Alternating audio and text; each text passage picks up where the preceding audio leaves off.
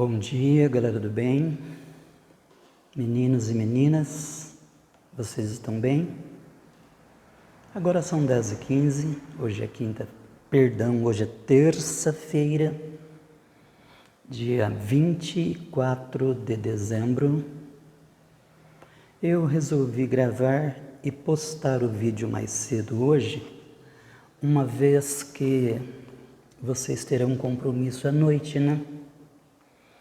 Vocês terão que ficar acordados até meia-noite para poder comer a ceia de Natal. Então eu resolvi colocar o vídeo mais cedo para não atrapalhar a ceia de ninguém. Eu acho legal esse negócio de fazer ceia, até porque nós temos que comemorar aquele que veio ao mundo para nos salvar. O 13º salário. Legal? Então você pega seu 13º salário, vai no mercado e compra toda a comida que você puder comprar, como se o mundo fosse acabar depois de amanhã. E aí você fica acordado até meia-noite, você come, você bebe, você festeja, você troca presentes. Então nós temos que ser muito gratos àquele que veio ao mundo para nos salvar. O 13º salário. Até porque Jesus Cristo de Nazaré, ele não nasceu dia 25 de dezembro, um decreto do Papa Júlio I, no ano 350 depois de Cristo. Nós estamos em 2020, diminua 1.700 anos, foi no ano 350. Ele determinou a substituição da veneração do Deus Sol pela data em que supostamente teria nascido Jesus, o Salvador.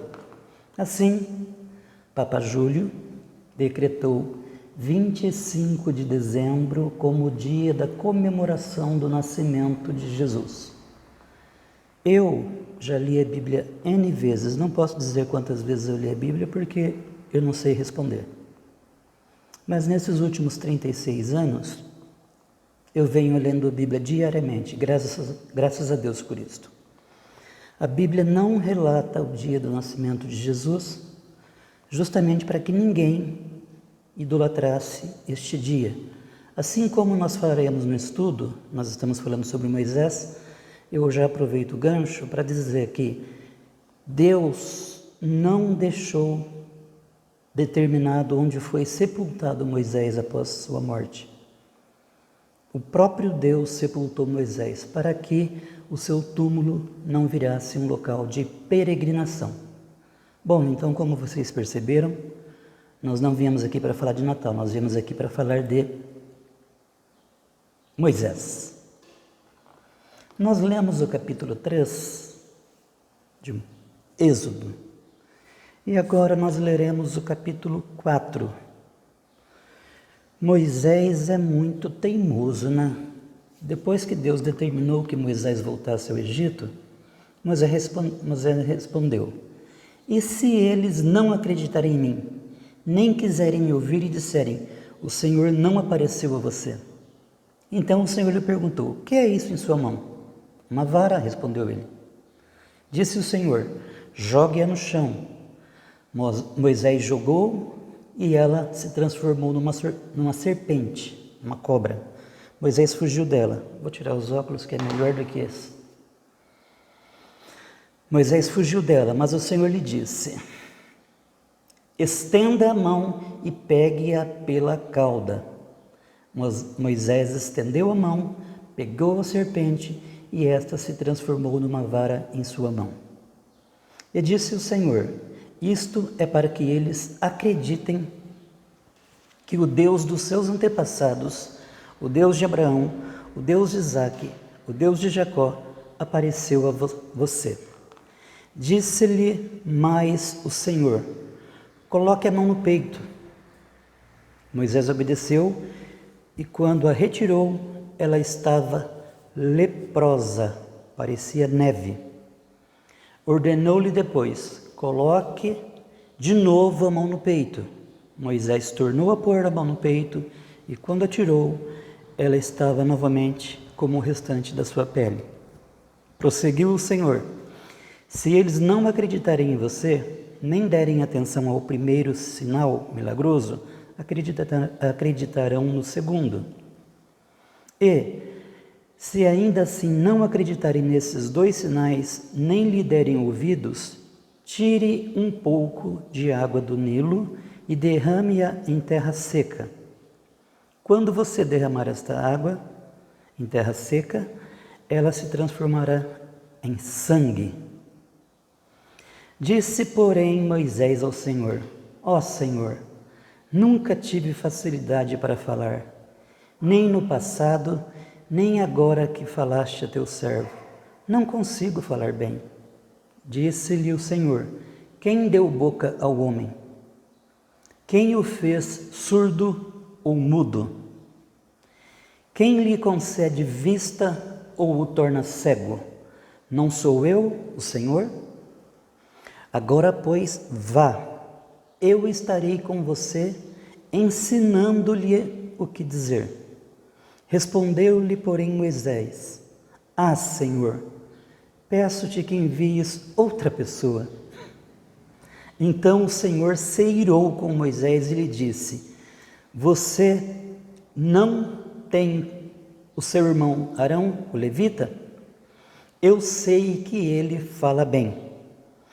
Ele já está vindo ao seu encontro e se alegrará ao vê-lo. Você falará com ele e ele dirá o que ele deve dizer. Eu estarei com vocês quando falarem e direi a vocês o que fazer. Assim como Deus fala ao profeta, você falará a seu irmão e ele será seu porta-voz diante do povo. E leve na mão esta vara, com ela você fará os sinais milagrosos. Viram porque eu disse que Moisés é teimoso? Cara, Deus está falando com você, face a face, e te dando uma missão, e você inventando 1000 desculpas para não atendê-lo. Isso acontece muito hoje em dia.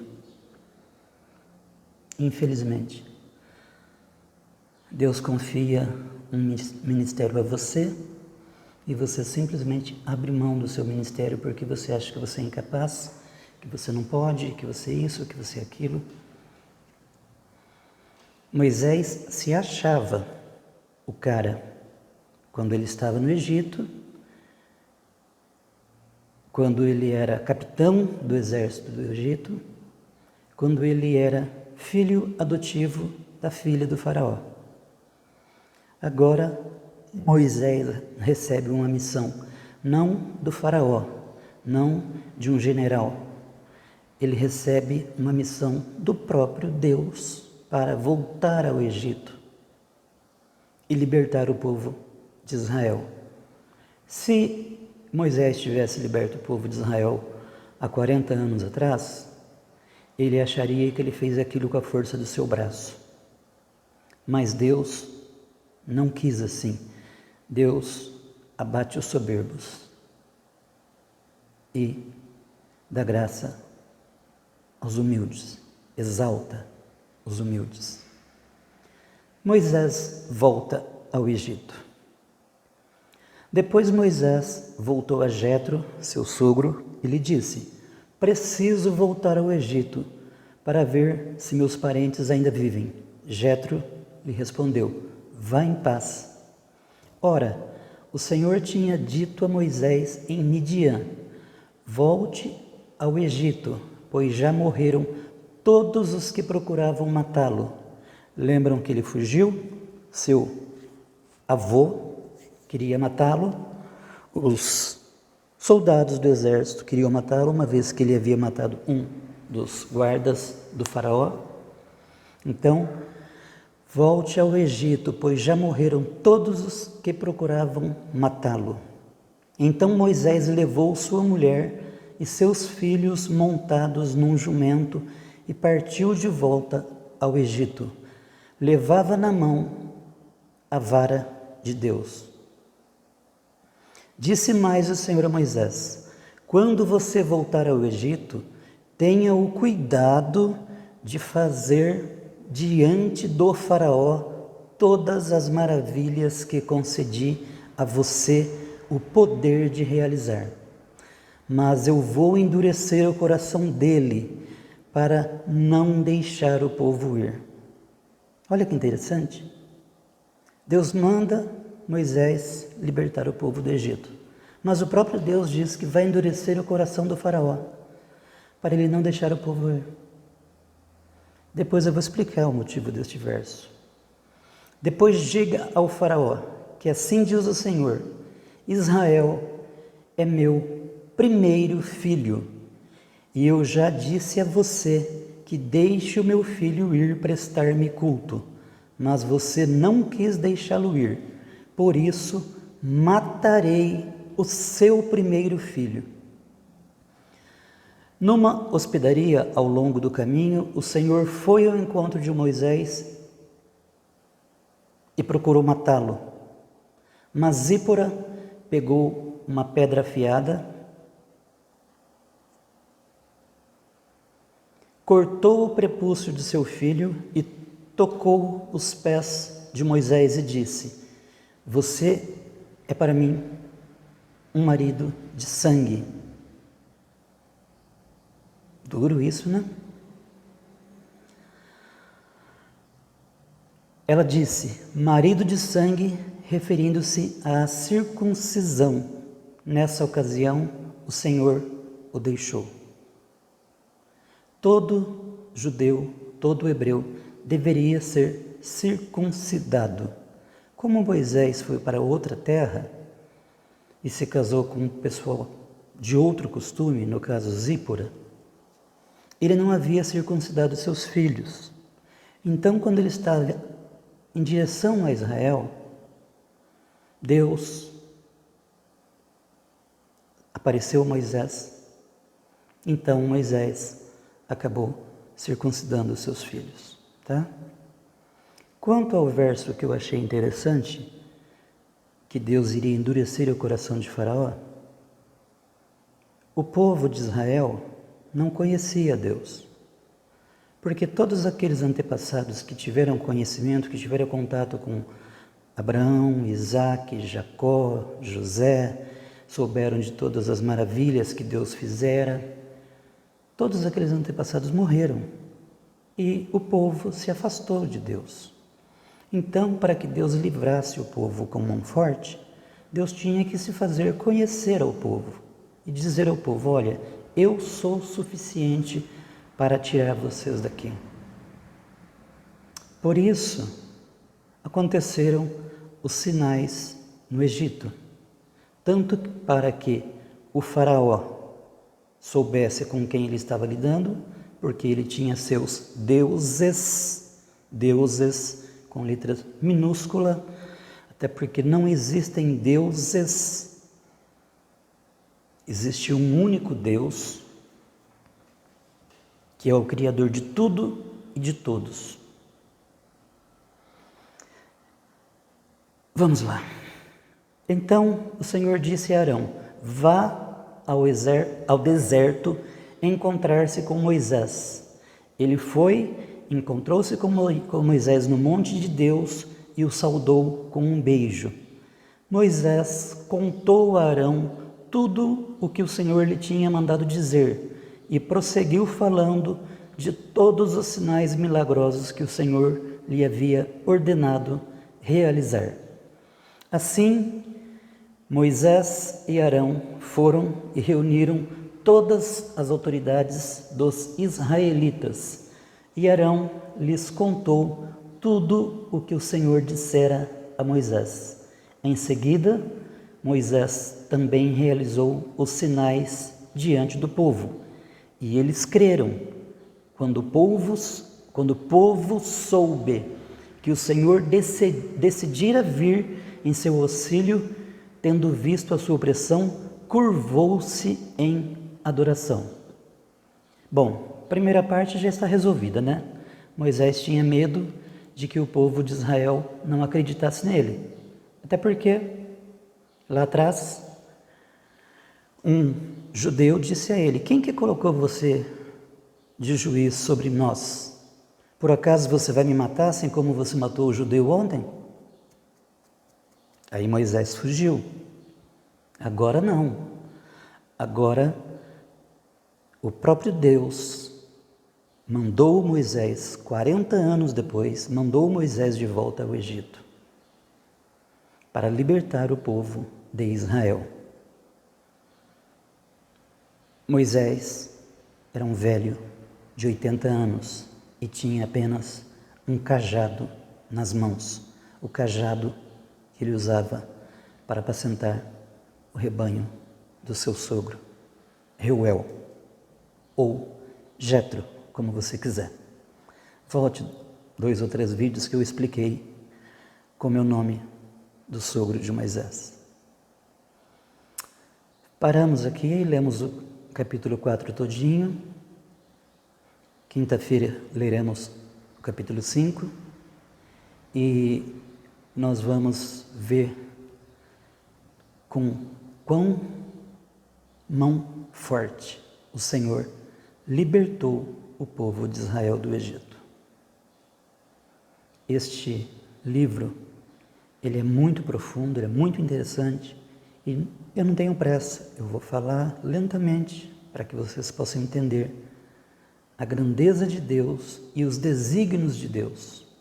Deus sabe tudo o que faz, nada que Deus faz é errado.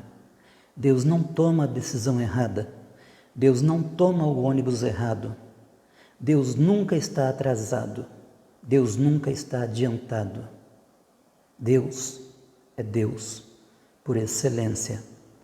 Eu não vou aqui me derramar em elogios a Deus, até porque já fazem 17 minutos que estou falando, mas Ele sabe, Ele conhece o meu coração e Ele sabe que eu o amo tanto, mas nada comparado ao amor dele por mim e por você que está assistindo esse vídeo. Eu só quero te dizer uma palavra: Deus te ama tanto, tanto, tanto, tanto, que decidiu que Ele não queria viver longe de você. Deus te abençoe, tenha um bom dia, coma bastante hoje à noite, coma bastante amanhã, beba bastante, gaste o seu 13º, troque presentes. Depois em janeiro você vai reclamar da vida porque tem um monte de I para você pagar e você não tem dinheiro, porque você gastou todo o seu dinheiro comendo e bebendo dias 24, 25 de dezembro, dias 31 de dezembro e 1º de janeiro. Aí quando você acordar no dia 2, no dia 3, com ressaca, você vai descobrir que você, além da ressaca, você tem outro problema. Você não tem dinheiro para honrar os compromissos de janeiro. Eu sinto muito por você. Deus te abençoe, tenha um bom dia, está um lindo dia lá fora. Aproveite o dia. Tchau.